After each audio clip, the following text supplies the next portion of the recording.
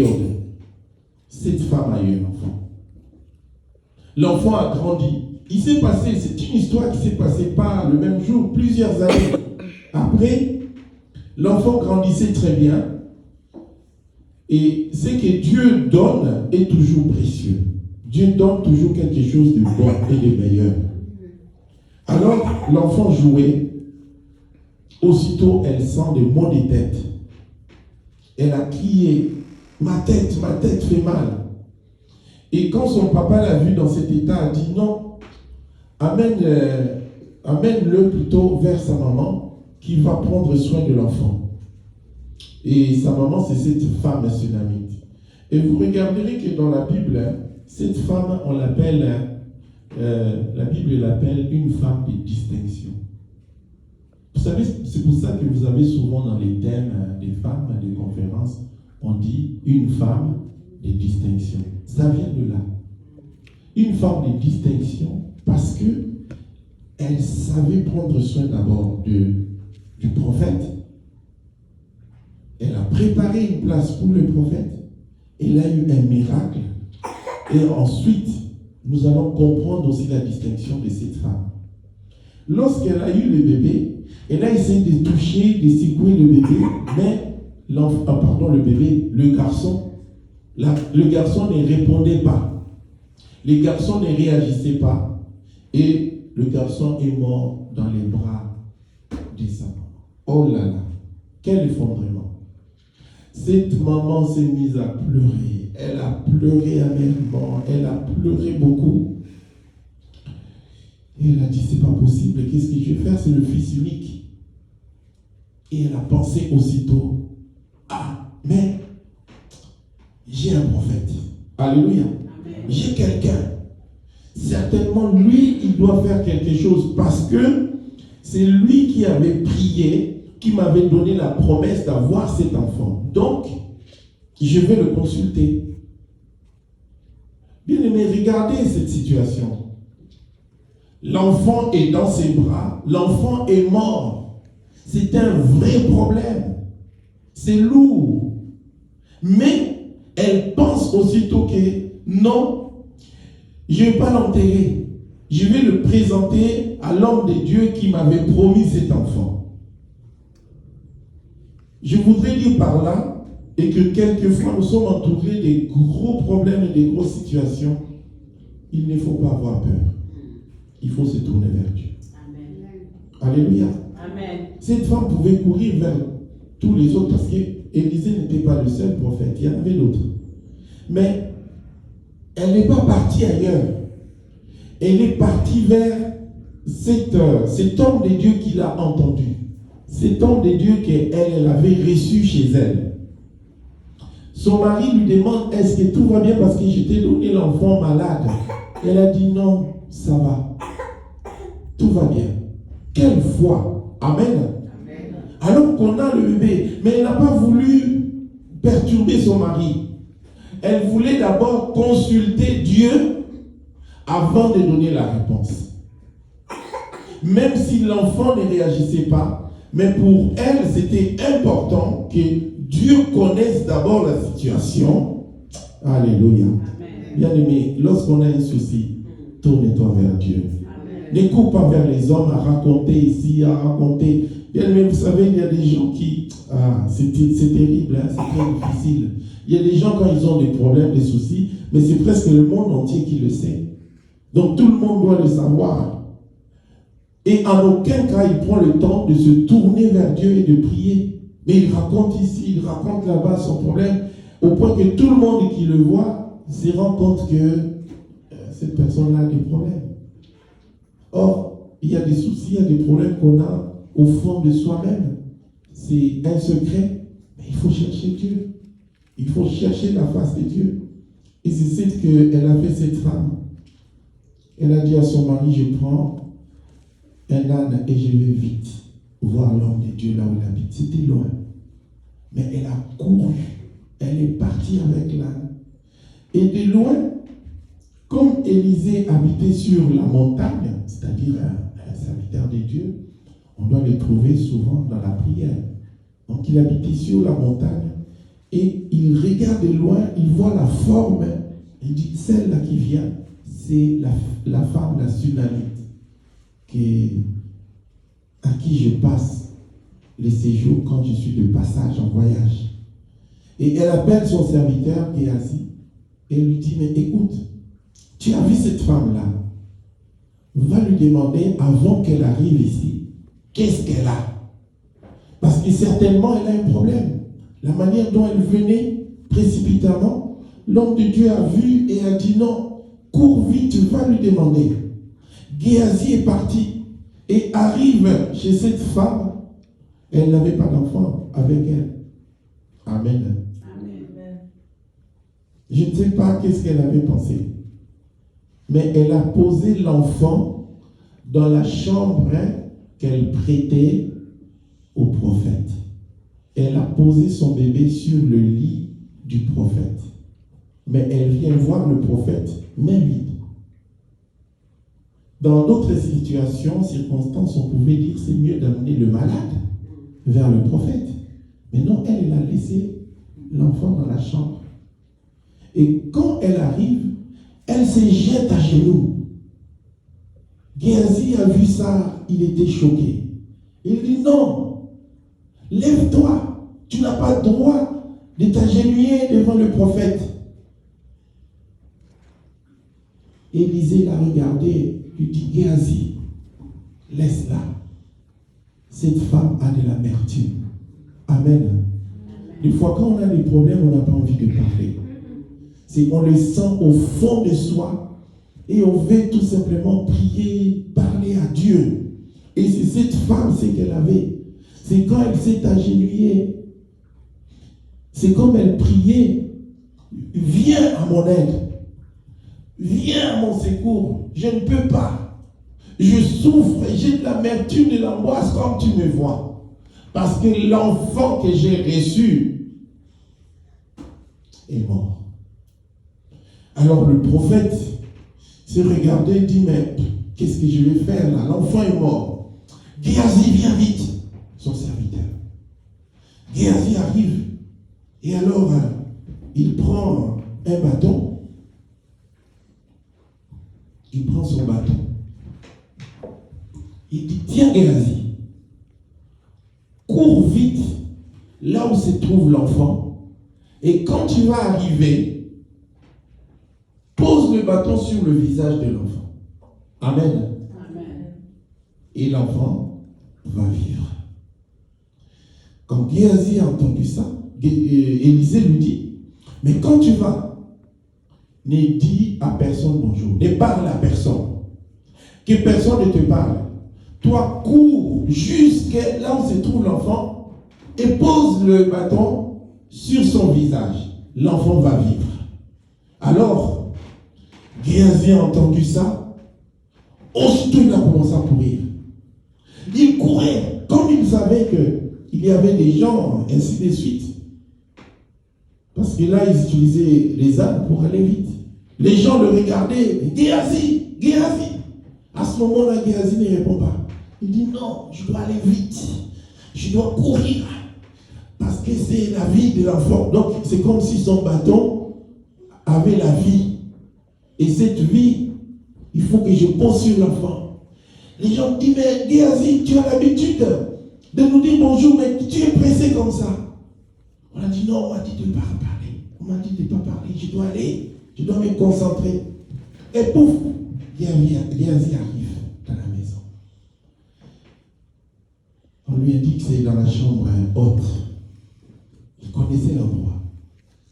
Géasi arrive, il voit l'enfant mort. On lui a dit quoi? Ne fais rien, pose seulement le bâton sur le visage. Ce bâton-là appartenait à qui? À Élisée le prophète. Élisée savait que son bâton avait le pouvoir de ressusciter l'enfant. Et Géasi arrive aussitôt. Amen. Amen. Géasi pose le bâton. Et qu'est-ce qui se passe? Rien. Rien, bien aimé. Il ne s'est pas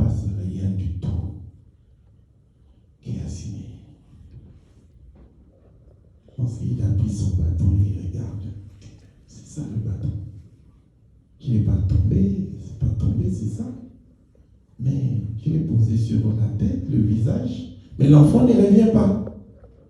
À ta place, qu'est-ce que tu aurais fait? Toi, c'est Géasi. Et tu aurais fait quoi? Appeler Élisée. Élisée est en chemin. Il arrive. Le mort est toujours là. Tu fais quoi? Prier. Oui, on peut prier. Tu n'as pas une autre proposition? Amen. Mais Géasi s'est dit, ah, c'est sûr que je n'ai pas posé au bon endroit. Puisqu'on lui a dit de poser sur la tête. Et il s'est dit, non, je dois le poser ailleurs. Il va le poser. Il va le poser où? Qu'est-ce que vous proposez? Après avoir mis sur la tête, il n'y a rien. Il va le mettre où? Sur le tronc, sur la poitrine. Hein? Ah, il enlève délicatement le bois. Il pose et il attend. Rien. Vous êtes Géasi. Vous faites quoi la troisième fois? Les pieds. Parce que c'est les pieds qui marchent, non? Oui. Il enlève. Il met sur les pieds. Et il regarde. Rien. Il vient secouer l'enfant. L'enfant ne réveille pas. Amen. Amen. Bien-aimé, où est le problème? Le problème se trouve. C'est le bâton? Non. Chez Géasi. Vous êtes sûr que le bâton a la puissance, le pouvoir de réveiller. Mais pourquoi le bâton ne réveille pas? La foi. Géasi n'avait pas la foi. Il n'avait pas la foi. Ah oui, merci. Qu'est-ce qui se passe? Qu'est-ce que vous faites? Ne dormez pas. Hein? On est en culte. Amen. Hein? Vous allez faire quoi? On vous donne le bâton. C'est à qui la faute? C'est à Élisée.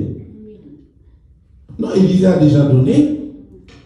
Mais Géasi se pose la question. Il se dit, mais c'est pas possible. Donc, le prophète ne m'a pas donné le bon bâton, mais c'est le même qu'il utilise. Mais, est-ce que c'est la faute de l'enfant? Non. L'enfant est mort, il attend. Donc, Géasi était là. Il s'est posé la question, il dit, mais c'est pas possible, on m'a donné le bâton, mais le bâton là ne fonctionne pas. Ah, il faut que j'attende le prophète pour lui dire que son bâton n'a pas fonctionné. Moi, j'ai mis le bâton, mais après, ce n'est pas de ma faute. Hein? Amen. Amen. Alléluia. Amen. Ce bâton-là, qu'Élisée a donné à Géasi, c'est spirituel, bien aimé pour nous aujourd'hui. Dieu nous a donné sa parole. Il nous a donné le Saint-Esprit. Et il nous dit quoi? Dans cette parole, il faut aller seulement faire quoi? Poser sur celui qui est malade. Il va être quoi? Guéri. Amen. Amen. Alléluia. Amen. Donc, nous avons la mission. C'est Élisée qui donne la mission à Géasi, va en mission, pose cette Bible, pose cette parole sur l'enfant, et l'enfant va revenir à la vie. Et Géasi a respecté, mais la vie ne vient pas. C'est qu'il y a un problème quelque part. Notre sœur nous a aidé en disant, c'est la foi. Géasi est parti, mais il n'avait pas la foi. Oui, certainement, Géasi a pris la mission, mais il n'avait pas la foi. C'est comme toi. Alléluia. Amen. Vous avez votre Bible là. Elle est où? Oh. Ah, toi tu as ta Bible. Oui. Oh. Vous venez à l'église. Mais maman le téléphone. Maman me montre son portable. C'est ça ta Bible? Elle est dedans. Oui. Il y a d'autres qui montrent aussi. Ouais. Elle est là, la Bible. Elle est là. Ouais. Elle est où dans le portable? Ben, quand Dieu te demande maintenant, va mettre ma parole sur la personne, qu'est-ce que toi tu vas mettre? Vous avez répondu. Hein? Tu vas mettre quoi? Le téléphone. Est-ce que le téléphone c'est la parole? Amen. Cela veut dire tout simplement que même si quand on a la parole de Dieu dans notre smartphone, c'est-à-dire c'est une parole, il faut la manger. Amen. Il faut manger la parole de Dieu. Il faut la prendre et vraiment serrer la parole de Dieu dans son cœur pour voir les effets et la puissance de la parole de Dieu. Amen. Si cette parole n'est pas serrée dans ton cœur, ça reste sur le portable. Amen. Mais quand Dieu nous demande de poser la parole, c'est de poser, de déclarer la parole qui est en nous pour que la personne soit guérie.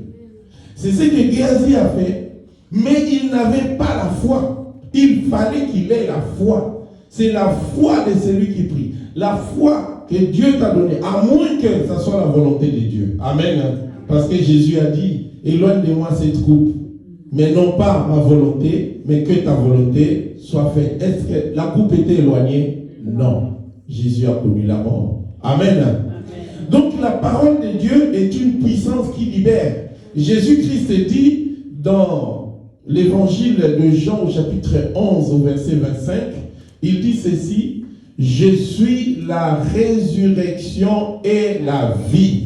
Celui qui croit en moi ne mourra jamais. Amen. Celui qui croit en moi ne mourra pas. C'est Jésus qui déclare sa parole.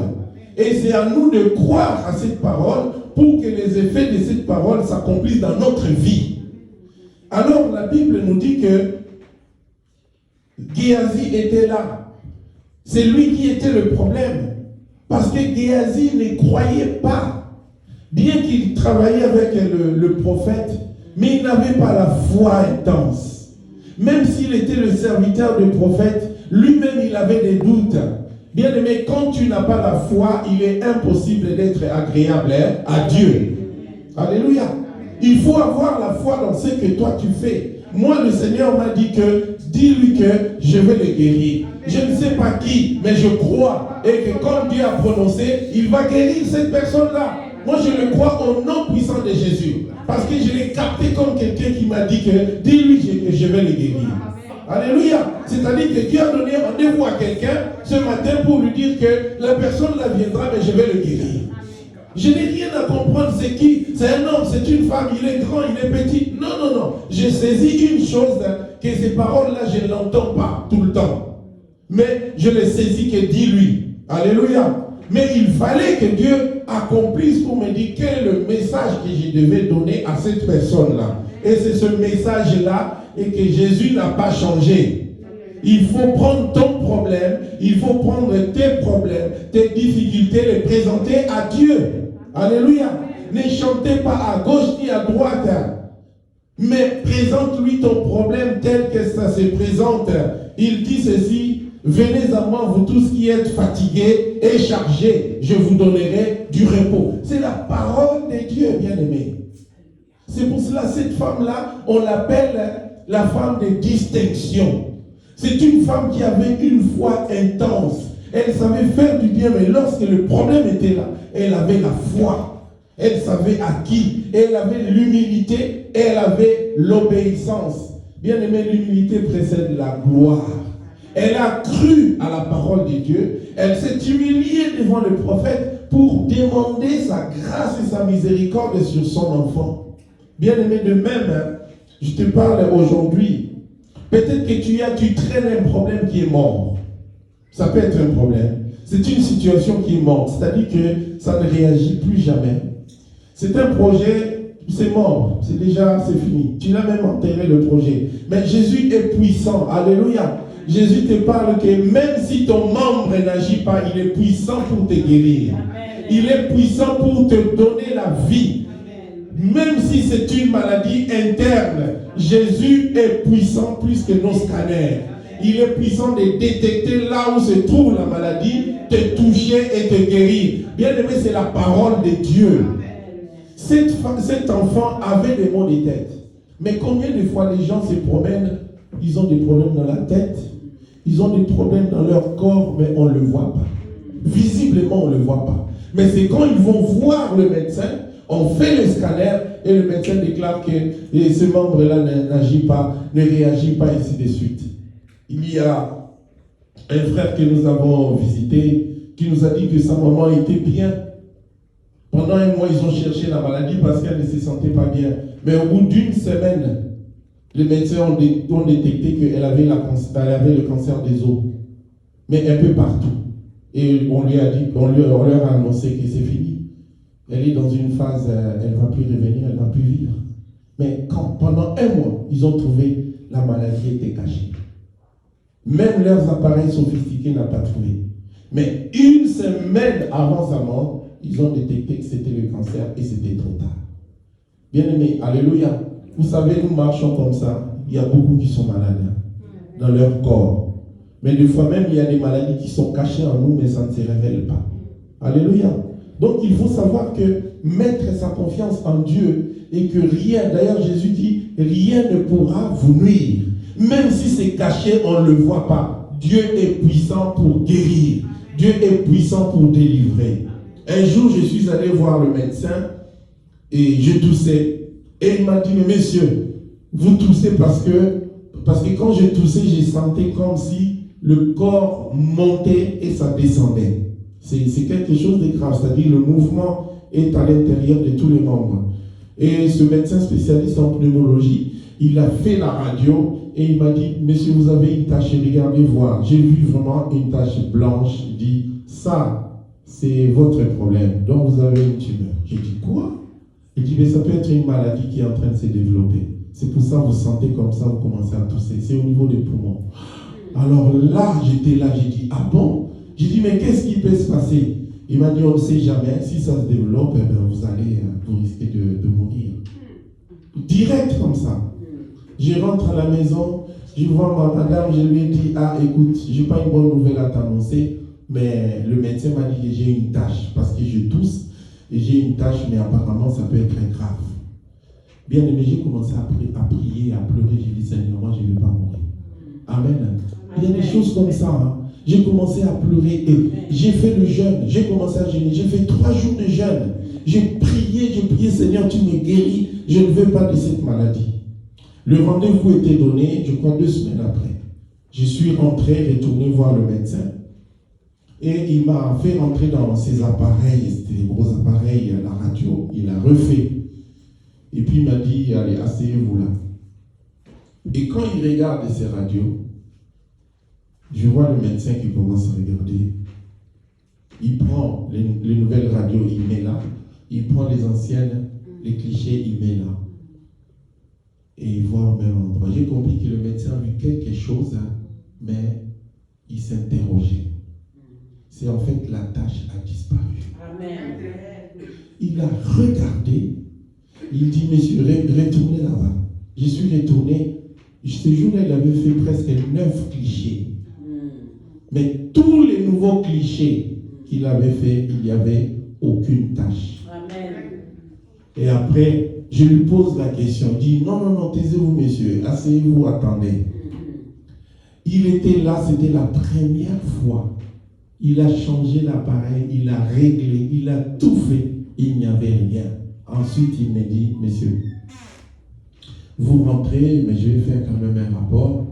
Il dit, bon, je n'ai rien trouvé, et ainsi de suite. J'ai trouvé quelque chose en plus. Après, je n'ai rien trouvé. Mais il me dit, mais vous êtes quand même sujet à surveiller.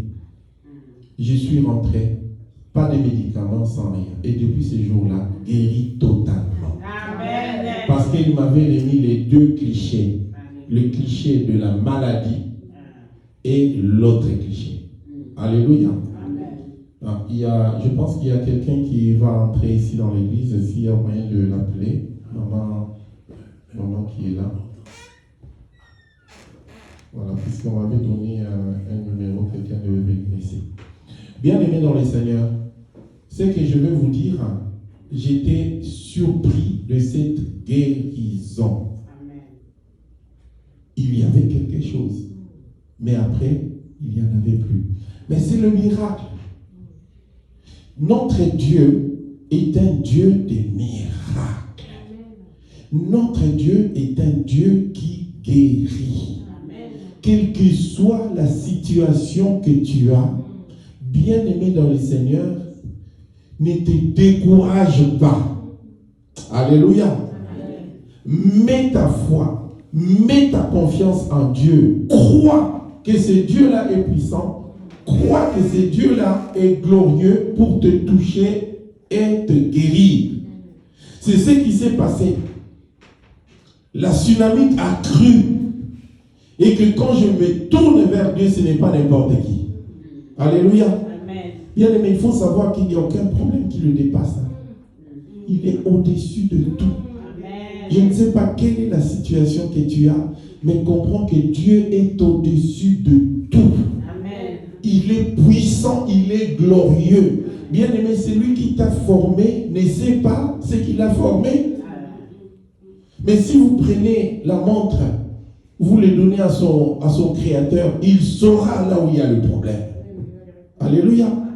Vous prenez votre appareil électroménager qui ne marche pas, vous le donnez à celui qui l'a fabriqué, il saura que le problème se trouve là parce qu'il connaît le secret de sa fabrication.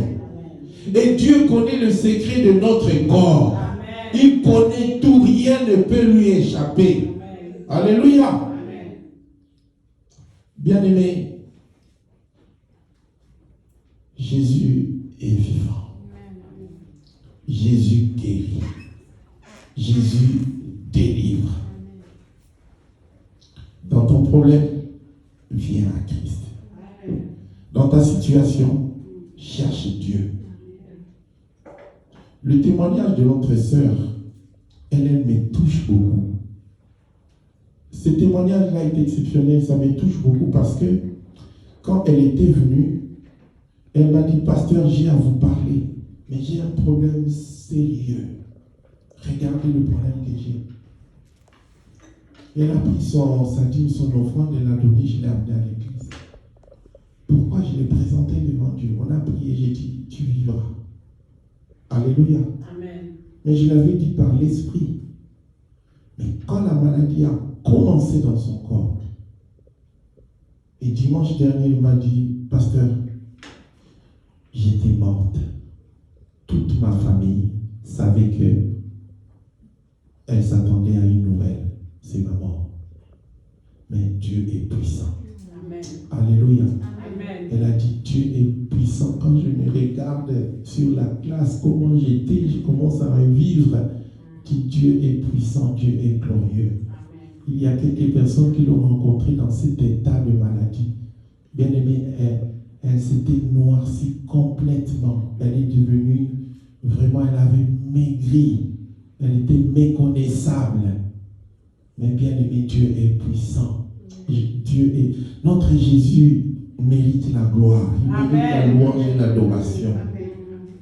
Elle a tenu pendant plusieurs mois de maladie. Mais Dieu l'a guéri.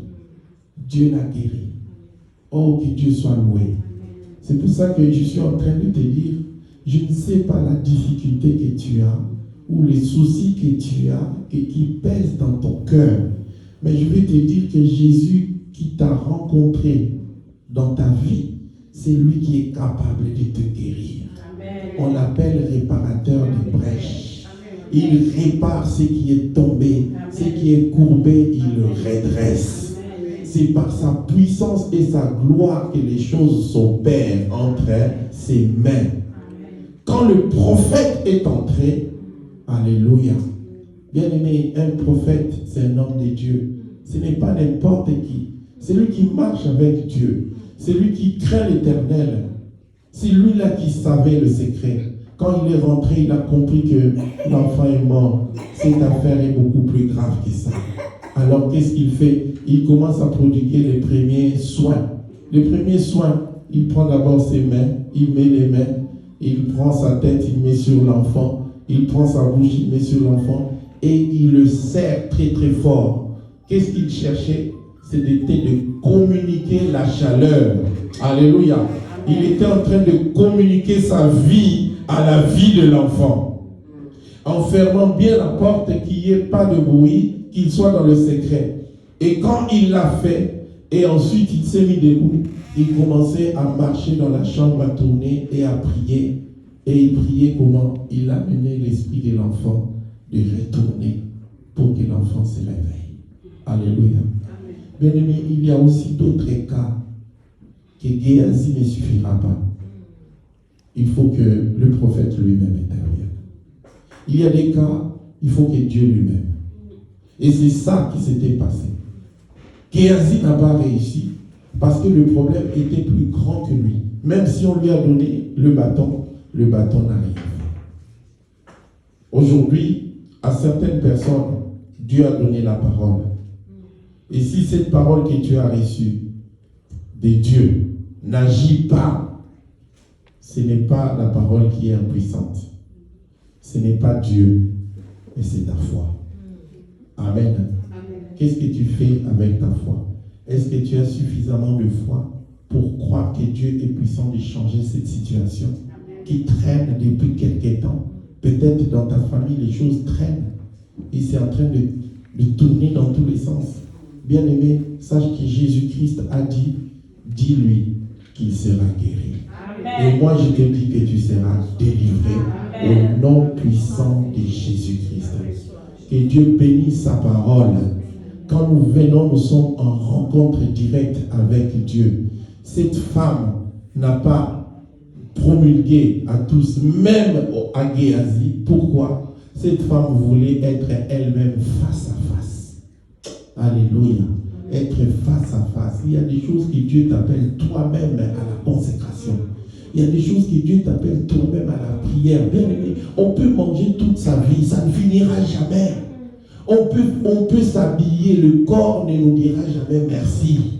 Le corps va toujours demander, il va toujours exiger. Le ventre demandera toujours. Mais il y a des moments, il faut faire des sacrifices pour obtenir des réponses.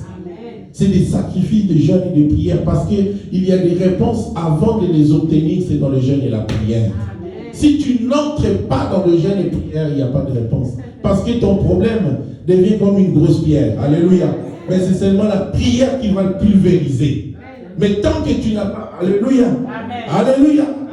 Bien aimé, vous savez qu'il y a des feux, des fois, on dit feu de forêt, il y a des feux, c'est allumé et ça s'éteint tout seul. Mais il y a d'autres feux. Amen. Il faut vraiment que les pompiers interviennent. S'ils n'interviennent pas, c'est terminé. Bien aimé, il y a des situations qu'il faut vraiment entrer en jeûne et prière pour déclencher la gloire de Dieu. Pour déclencher le miracle de Dieu, il faut aller là-bas. Si tu ne vas pas, tu n'en auras pas. Bien aimé, il y a des endroits, il y a des lieux, il faut que toi-même tu vas à Golgotha. Alléluia. Mais pour aller à Golgotha, tu vas suer, tu vas souffrir. Mais il faut aller. La souffrance là, c'est le sacrifice. Tu meurs de faim, mais je vais aller là-bas. Je vais arriver. Je ne couperai pas mon jeûne. Je ne couperai pas ma prière. Moi-même, je vais être devant cette croix-là et je vais dire au Seigneur, d'où vient mon problème? Alléluia. Alléluia. Bien-aimé, le prophète de Dieu, lui-même il dit que oui, cette fois, je l'ai lu, il dit cette fois-ci le Seigneur ne m'a rien dit et ne m'a rien révélé. Alléluia. Amen. Tu vas chercher la révélation, il n'y en aura pas. Tu vas chercher un signe, il n'y en aura pas. Mais quand tu vas te mettre à genoux devant la face et la présence de Dieu, c'est ça qui va déclencher la guérison. C'est ça qui va déclencher la délivrance. Et c'est pour cela, bien aimé, ce rendez-vous d'aujourd'hui, c'est ton rendez-vous toi-même avec ton Dieu. Que tu le rencontres, il faut dire, il y a un chant qui dit, Seigneur, je vais te rencontrer face à face. Je vais te rencontrer face à face. Seigneur, je vais te toucher. Seigneur, je vais sentir que tu es là. Alléluia. Bien-aimé, Dieu est puissant. Dieu est glorieux. Alléluia. Le Dieu que moi je crois, le Dieu en qui je me donne, le Dieu en qui je m'attache, c'est un Dieu qui est vivant et qui agit et qui répond. Il répond, il ne renie pas son nom. C'est un Dieu qui est au-dessus de tout. C'est un Dieu ce n'est pas un Dieu théorique, ce n'est pas un Dieu de matériel, mais c'est un Dieu puissant. C'est un Dieu glorieux. Il change les temps et les circonstances. Je le crois au nom puissant de Jésus-Christ.